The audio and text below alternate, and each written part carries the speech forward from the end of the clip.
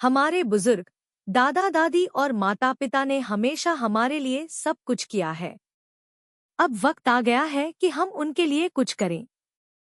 आपका एक छोटा सा कदम, एक लाइक और सब्सक्राइब, उनकी आवाज को बुलंद कर सकता है। हम कब तक हाथ फैलाते रहेंगे? आइए, एकजुट होकर उनकी पेंशन के हक की मांग करें। आपसे हाथ जोड़कर निवेदन है कि हमारे चैनल को सब्सक्राइब करें, इस संदेश को जितना हो सके शेयर करें और हमें 1 मिलियन लाइक्स तक पहुंचने में मदद करें। क्या आप हमारे बुजुर्गों का सहारा बन सकते हैं?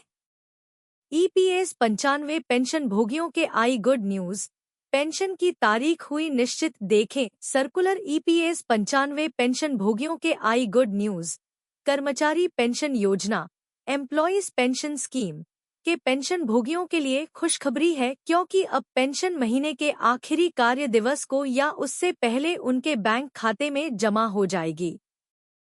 लंबे समय से पेंशन भोगियों को नियत तिथि पर पेंशन का भुगतान नहीं किया जा रहा था, जिसके कारण ईपीएस पेंशन भोगियों को मुश्किलों का सामना करना पड़ रहा था। इसको देखते हुए ईपीएफओ ने 13 जनवरी 2022 को एक सर्कुलर जारी किया है। ईपीएस 95 पेंशन भोगियों के आई गुड न्यूज। ईपीएफओ की ओर से जारी ईपीएस पेंशन फंड सर्कुलर में कहा गया है, पेंशन डिवीजन ने समीक्षा की है और आरबीआई के निर्देशों के अनुसार यह निर्णय लिया गया है कि सभी फील्ड अधिकारी बैंकों को मासिक बीआरएस भेज सकते हैं। यह भी ध्यान रखें कि पेंशन भोगियों के खाते में समय पर पैसा जमा हो। ईपीएस पेंशन भोगियों को पेंशन का भुगतान महीने के आखिरी कार्य दिवस को या उससे पहले जमा किया जाना चाहिए। यह भी निर्देश है। ईपीएफओ ने यह भी कहा कि यह भी सुनिश्चित किया जाना चाहिए कि पेंशन वितरित करने वाले बैंक पेंशन भोगियों के खातों में जमा होने से 2 दिन पहले वास्तविक पेंशन न भेजें। ईपीएस 95 पेंशन भोगियों के आई गुड न्यूज। ईपीएफओ की ओर से जारी सर्कुलर में यह भी कहा गया है, उपरोक्त निर्देशों को ध्यान में रखते हुए नियमों का सख्ती से पालन किया जाना चाहिए। सभी कार्यालयों को सलाह दी जाती है कि वे अपने अपने अधिकार क्षेत्र के तहत पेंशन वितरित करने वाले बैंकों को दिए गए निर्देशों को सुनिश्चित करने के लिए आवश्यक दिशा निर्देश जारी करें। जानिए क्या है एम्प्लॉयज पेंशन स्कीम। संगठित क्षेत्र में काम करने वाले लोगों को 58 साल की उम्र के बाद पेंशन मिलती है। इसके लिए कर्मचारी का कम से कम 10 साल तक नौकरी करना अनिवार्य है। आपको बता दें कि कर्मचारी भविष्य निधि ईपीएफ में आपका पैसा 2 तरह की योजनाओं में जमा होता है। पहला है भविष्य निधि ईपीएफ और दूसरा है pension fund EPS pension fund. EPF में योगदान देने वाले सभी कर्मचारी ईपीएस के लिए भी पात्र हैं।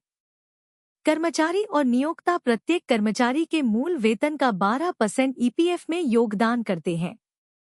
कर्मचारी का पूरा हिस्सा ईपीएफ में योगदान किया जाता है, जबकि नियोक्ता का 8.33% हिस्सा ईपीएस पेंशन फंड में जाता है। न्यूनतम 1000 रुपये पेंशन दी जाती है। इस कर्मचारी पेंशन योजना एम्प्लॉयज पेंशन स्कीम में विधवा पेंशन और बच्चों की पेंशन दी जाती है। अगर कर्मचारी की नौकरी के दौरान 58 साल की उम्र से पहले मृत्यु हो जाती है, तो उसकी पत्नी और बच्चों को पेंशन मिलती है। EPS 95 higher pension new update. Pension भोगियों को सरकार व ईपीएफओ पर यकीन नहीं, डिमांड लेटर आया पर जमा नहीं किया पैसा। देखें ताज़ा update EPS 95 higher pension new update. कर्मचारी पेंशन योजना 95 उच्च पेंशन को लेकर कई पूर्व कर्मचारी भविष्य निधि संगठन और सरकार पर अविश्वास के कारण पैसा जमा नहीं कर रहे हैं। कर्मचारी भविष्य निधि संगठन ने 20 दिन में पेंशन चालू करने का दावा किया था, लेकिन पेंशन में देरी हो रही है। सुप्रीम कोर्ट के आदेश के बावजूद अविश्वास बरकरार है। EPS 95 higher pension new update. कर्मचारी पेंशन योजना 95 उच्च पेंशन की चाहत हर किसी को होती है। खासकर जब उम्र के आखिरी पड़ाव में पेंशन ही सहारा बनती है। लेकिन इसको लेकर देश में एक अजीब स्थिति बन गई है। कई पूर्व कर्मचारी और अधिकारी सरकार और कर्मचारी भविष्य निधि संगठन पर भरोसा नहीं कर पा रहे हैं, जिसके कारण वे डिमांड लेटर मिलने के बाद भी पैसा जमा नहीं कर रहे हैं। पेंशन फंड ईपीएफओ का दावा और पेंशन चालू होने में देरी।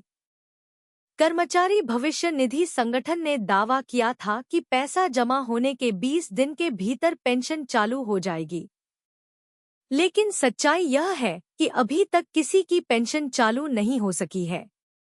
अगर पेंशन चालू हो जाती है तो निश्चित रूप से लोगों का विश्वास बढ़ता है। Employ pension scheme demand letter के बावजूद पैसा जमा नहीं। डिमांड लेटर मिलने के बाद भी कई लोगों ने अंतर राशि जमा नहीं की है। करीब 8 लाख रुपए से अधिक की राशि कर्मचारी भविष्य निधि संगठन के खाते में जमा की जानी थी, लेकिन अविश्वास के कारण कई लोगों ने पैसा ही जमा नहीं किया।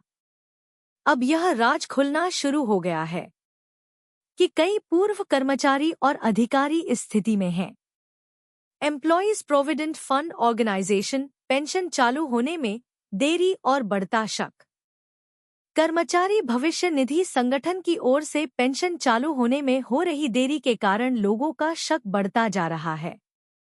ताज़ा मामला फेरो स्क्रैप निगम लिमिटेड (FSNL) का बताया जा रहा है, जहां कई पूर्व कर्मचारियों ने पैसा जमा नहीं किया है। FSNL का मुख्यालय झारखंड में है और झारखंड कर्मचारी भविष्य निधि संगठन द्वारा डिमांड लेटर जारी होने के बावजूद लाखों रुपए जमा नहीं किए गए हैं। एम्प्लॉय पेंशन स्कीम विश्वास की कमी। C2X एम्प्लॉयज एसोसिएशन के अध्यक्ष शांत कुमार के मुताबिक कई लोग यह सोचते रह गए कि पैसा जमा करें या नहीं। कर्मचारी भविष्य निधि संगठन और केंद्र सरकार पर विश्वास की कमी की वजह से वे पैसा जमा नहीं कर सके। एम्प्लॉयज प्रोविडेंट फंड ऑर्गेनाइजेशन सवाल और चिंताएं। अब लोग खुलकर पूछ रहे हैं कि कर्मचारी भविष्य निधि संगठन ने पैसा तो ले लिया है, पेंशन चालू करेगा या नहीं? हालांकि सच्चाई यह है कि पेंशन चालू होने में लेटलतीफी हो सकती है, लेकिन पेंशन मिलने में कोई संशय नहीं है। पेंशन फंड सुप्रीम कोर्ट का आदेश और आश्वासन। शांत कुमार ने कहा कि सुप्रीम कोर्ट के आदेश पर कर्मचारी पेंशन योजना 95 की प्रक्रिया शुरू हुई है, इसलिए देश के सर्वोच्च न्यायालय पर विश्वास रखना होगा। किसी का पैसा नहीं डूबेगा। सरकार और कर्मचारी भविष्य निधि संगठन पॉलिसी में कुछ बदलाव कर सकते हैं, लेकिन पेंशन न देने का कोई सवाल ही नहीं उठता है।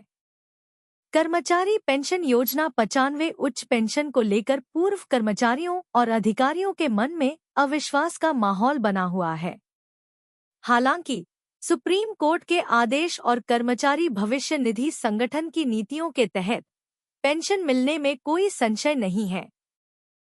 सरकार और कर्मचारी भविष्य निधि संगठन को इस अविश्वास को दूर करने के लिए प्रभावी कदम उठाने की जरूरत है, ताकि पेंशन भोगियों को उनका हक मिल सके और वे सम्मान के साथ अपने जीवन का निर्वाह कर सकें।